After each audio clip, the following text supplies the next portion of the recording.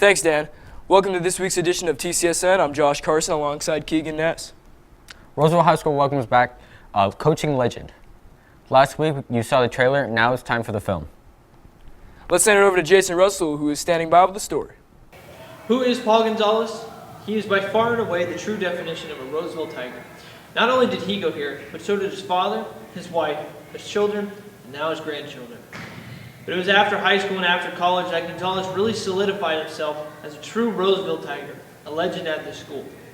You see, after high school and after college, Gonzales returned to Roseville High School to coach the boys and girls varsity basketball teams for 19 years straight. In those 19 years, Gonzales racked up 10 SFL League championships and 5 Section Division II championships. Gonzales ended his coaching career here in 1998. But in those 19 years as well, he won 357 games and lost 166. Now, to give you an idea on how good Gonzales really was, we've compared him to NBA coaching legend Greg Popovich. In Greg Popovich's first 19 years with the San Antonio Spurs, he won 5 NBA titles. In Gonzales' 19 years here at Roseville, he won 5 Section Division II titles. Popovich, in his overall career with the San Antonio Spurs, 19 years, has won 68% of his games, and Gonzales, in his 19 years here at Roseville, also won 68% of his games. Gonzales has returned to be the assistant coach for the freshman boys basketball team. We hope you enjoy the third installment of the T5 series, Paul Gonzales, A History of Excellence.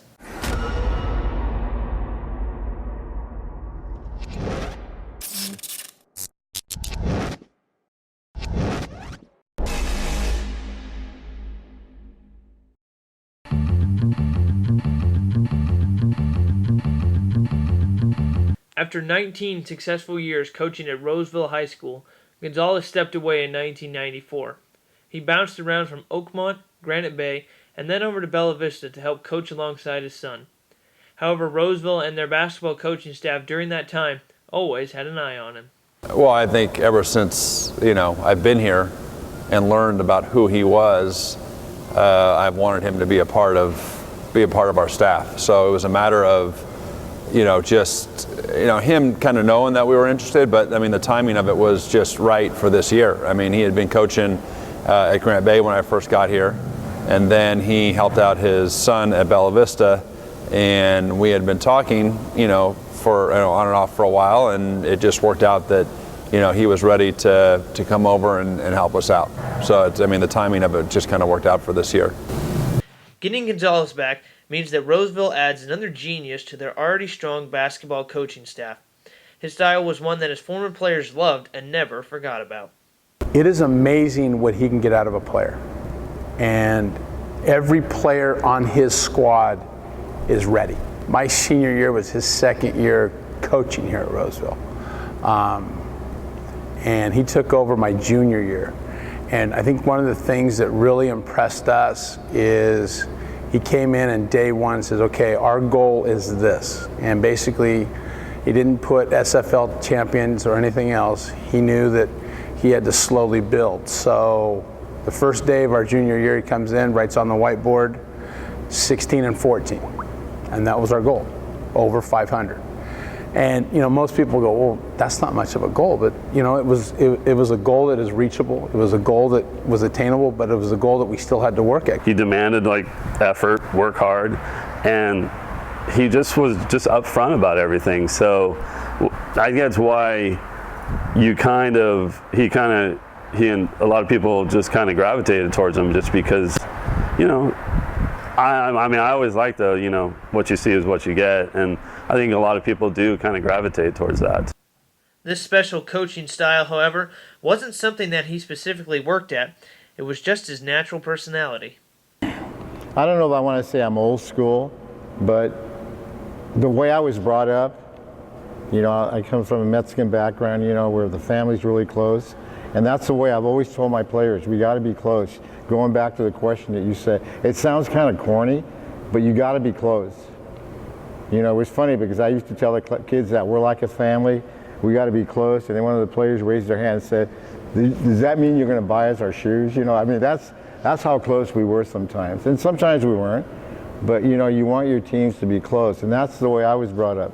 I come from a family, there were 7 kids, you know, we were close as a family, you know, and that, I always told the kids, whatever sport I coach, we're like a family, you gotta stay together. Natural personality carried Gonzales a long way in terms of gaining love from his players, but so did his passion for the game. But I think he was ahead of his time in a lot of areas of offense and defense, and I think that showed out on the court. But his passion for coaching obviously has stuck with him because he's still doing it 30 plus years later. After 30 plus years of coaching basketball, Gonzales has seen almost everything. Overtimes, playoffs, championships, heartbreaking losses, and just about every other facet of basketball. But the one thing that never changed through all that, practice. I tell people this, and I have other coaches tell me the same thing. Kids want to be good, but they don't want to put the time in. That's the difference, you know. The teams that are really good, I don't care what sport it is, the students that are really good in class, whatever you do, put time in. You don't become an A student by not studying. You don't become a good basketball player, football player by not putting the time in, you know. So you got to put the time in, you know. The up-tempo, physical, 100% effort practices eventually became the trademark for Gonzales. 2 hours of pure hard work. And practices were pretty intense, pretty hard. And he was a big, like, just practice how you play kind of guy. So he was really hands-on, really stressed defense. So he was into the game. It was no, like, you know, sitting on his hands kind of thing. He was really, you know, he basically expect you to work hard. If you didn't work hard, he would let you know about it. If you're going to play a sport, do it right. If you're not going to do it right, don't do it. You're wasting your time. I've always told my kids that. I tell my grandkids that. If that's the best you can do, don't do it. You know, go do something else, you know. Like they say, when you get between those 2 black lines, or the 4 black lines, for 2 hours, you got to give it all you got. You know, if you don't want to, then sit over there, you know. It didn't matter how hard or rough practices got, though. They were always fun and energetic. Those type of practices had a big carryover in games. Playing for him was fun because every day we went into practice, we had fun. But what we didn't realize is every drill we were doing, we were conditioning. But every drill that we were doing, it was a competition.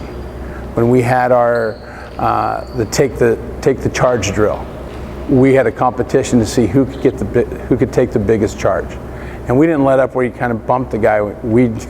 There were some guys that just got plowed and they jump up and go, yeah, and it's just how it was. Our practices were very competitive. My best team here, I think we were 7 or 8 and like 19.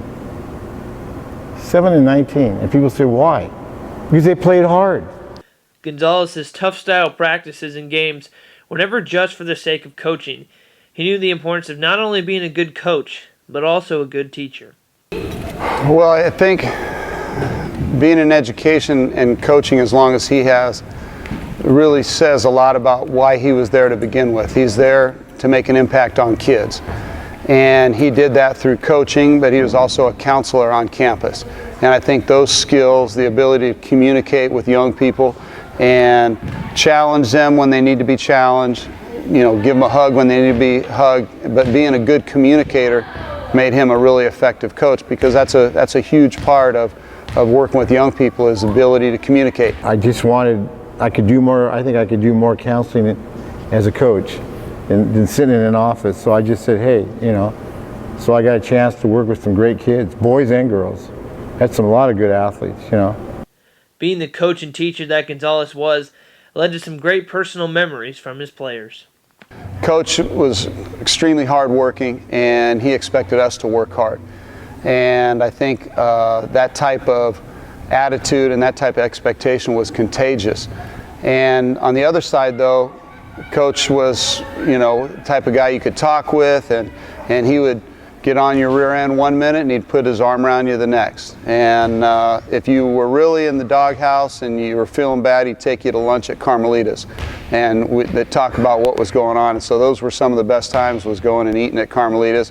Having a personal connection with players is something that Gonzales mastered throughout his career, creating tight bonds with them that last even today. And yeah, he was actually graduated with my dad. So yes, old Roseville goes way back. Coach, you know, you and I have stayed close over the years, and I've always considered you a mentor and an inspiration to me as I've gone through my coaching career. I want to thank you for everything you did for me and for all of the kids that were at Roseville at that time. We certainly would have never been where we got to win the North State Championship without you as our leader. So thanks a lot, and I'll look forward to seeing you on the bench again in orange and black. The Roseville basketball program, as well as all of Roseville High School, is more than happy to welcome back coaching legend Paul Gonzales. I'm glad to be back. I really am. My wife's excited. Like I said, I went to Roseville. My wife went to Roseville. My 3 kids went to Roseville. I was born in Roseville. I lived here all my life. A lot of pride, you know.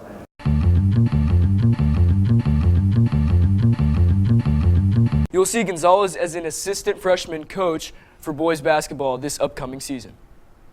On another note, make sure to tune in to the top 5 plays of October, airing next week on TCSN on TigerCast.